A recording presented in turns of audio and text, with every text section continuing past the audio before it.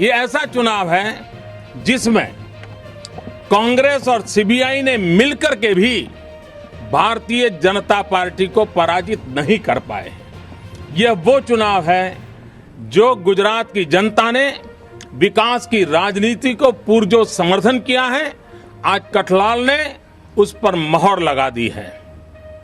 नमस्कार, देख रहे हैं आप air news. CBI, central bureau of investigation और ईडी, एनफोर्समेंट डायरेक्टोरेट भारत की दो प्रमुख जांच एजेंसियां हैं जो केंद्र सरकार के अधीन काम करती हैं। इन एजेंसियों का कार्य है कि वे भ्रष्टाचार, धन शोधन, आतंकवाद, हत्या और अन्य गंभीर अपराधों की जांच करें और दोषियों को कानून के अधीन लाएं। लेकिन क्या ये संस्थाएं अपना कार्य पूरी ईमानदारी और निष्ठा से कर रहे हैं?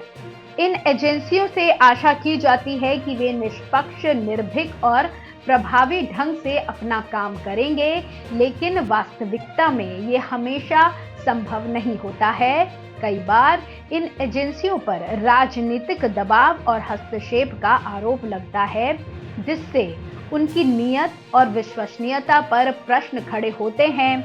आज के इस वीडियो में हम करेंगे इसी विवादों पर बात।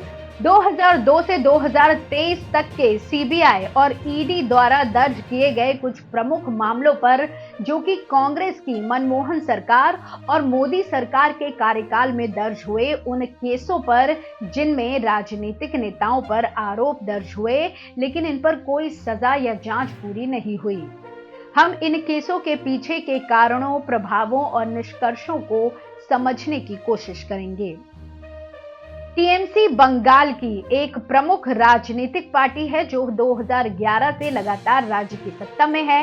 इस पार्टी के नेतृत्व में ममता बनर्जी हैं, जो भाजपा की केंद्र सरकार की एक जोरदार आलोचक रही हैं। टीएमसी के कई नेताओं पर ईडी द्वारा विभिन्न केस दर्ज किए गए हैं, जिनमें शारदा घोटाला, नारदा स्टिंग ऑपरेशन, रोजवाला घोटाला और कोल ब्लॉक घोटाला शामिल है।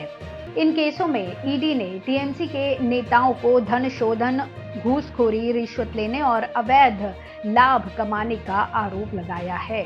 आपको बता दें कि इन केसों में से कुछ को 2014 से पहले दर्ज किया गया था, लेकिन इनकी जांच और कार्रवाई में बहुत देरी हुई है। टीएमसी ने इन केसों को राजनीतिक साजिश का हिस्सा बताया है, जिसका उद्देश्य उनके नेताओं को बदनाम करना और उनके खिलाफ जनमत बदलना है। टीएमसी ने यह भी कहा कि ईडी और सीबीआई भाजपा के इशारों पर नाचती है और वे उनके विरोधियों को डराने और शोषण करने का काम करती है। इसका एक उदाहरण है जब ईडी ने 2023 के बंगाल विधानसभा चुनाव के दौरान टीएमसी के नेता और मुख्यमंत्री ममता बनर्जी के भांजे अभिषेक बनर्जी के घर छापेमारी की थी।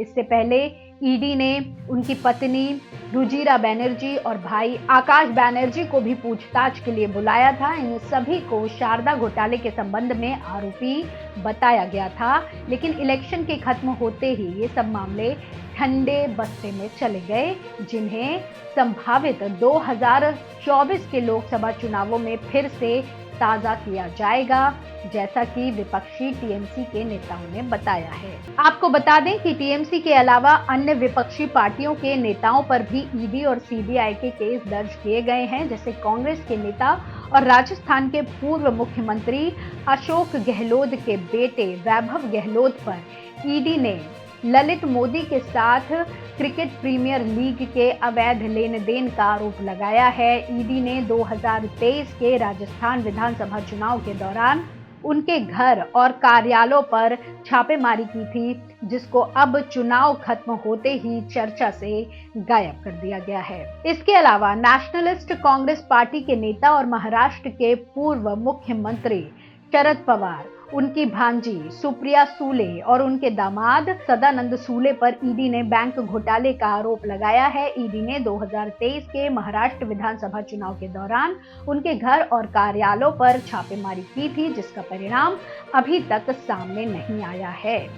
गौरतलब है कि आम आदमी पार्टी के नेता और दिल्ली के मुख्यमंत्री अरविंद केजरीवाल, उनके सहयोगी मनीष सिसोदिया, सत्येंद्र जैन, गोपाल राय, राघव चड्ढा और अन्यों के खिलाफ भी सीबीआई और ईडी के द्वारा दर्ज विभिन्न केस, जिनमें भ्रष्टाचार, धन शोधन, चंदा घोटाला, आयकर चोरी, अन्य आरोप शामिल हैं, इसी रणनीति का हिस्सा है। सीबीआई और ईडी ने 2023 के दिल्ली विधानसभा चुनाव के दौरान उनके घर और कार्यालयों पर छापेमारी की। हाल ही में आप मुखिया केजरीवाल को ईडी का बुलावा भी लोकसभा चुनावों के मद्देनजर एक साजिश का हिस्सा है, जो केजरीवाल की साफ छवि को धूमिल करने का प्रयास है।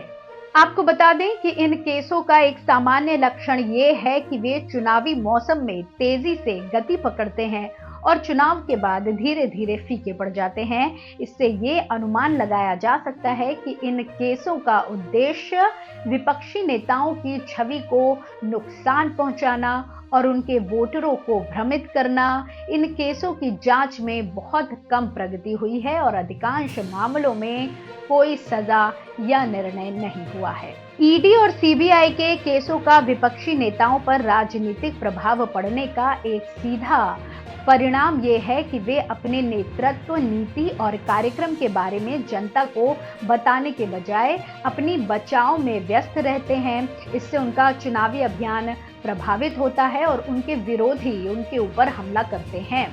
इसका एक उदाहरण है बंगाल विधानसभा चुनाव में भाजपा ने टीएमसी के नेताओं को ईडी और सीबीआई के केसों का शिकार बताकर जनता को भटकाने की कोशिश की।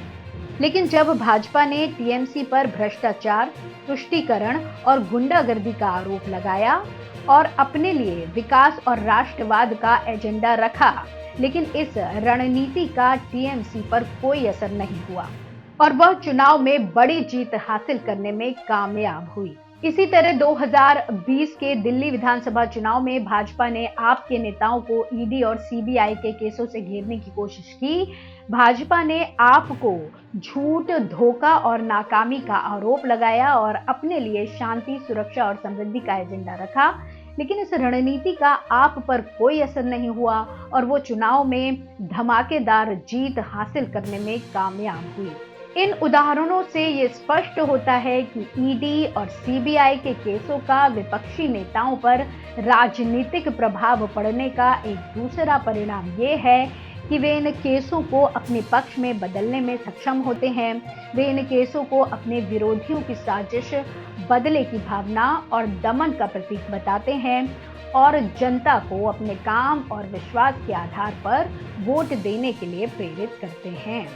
ईडी और सीबीआई के केसों का विश्लेषण करने वाले ये निष्कर्ष निकालते हैं कि इन एजेंसियों पर राजनीतिक दबाव और न्याय की देरी ऐसे मुद्दे हैं जिसके कारण वे अपना मूल उद्देश्य भूल गई हैं।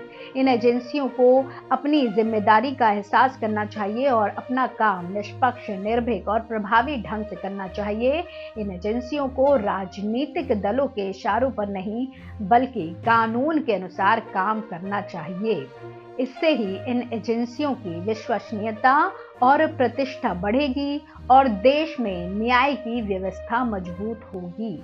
इस वीडियो का उद्देश्य केवल जागरूकता फैलाना है और इसमें दी गई जानकारी उपलब्ध समाचारों द्वारा और राजनेताओं के बयानों के आधार पर ली गई है, जिन्होंने ऐसे आरोप और तथ्य सार्वजनिक मंच से साझा किए हैं। एयर न्यूज ने इनका सत्यापन नहीं किया है। इस जानकारी का किसी भी राजनीतिक दल, संगठन या व्यक्ति के साथ कोई संबंध नहीं है। कृपया इसे मनोरंजन की दृष्टि से स्वीकार कीजिए।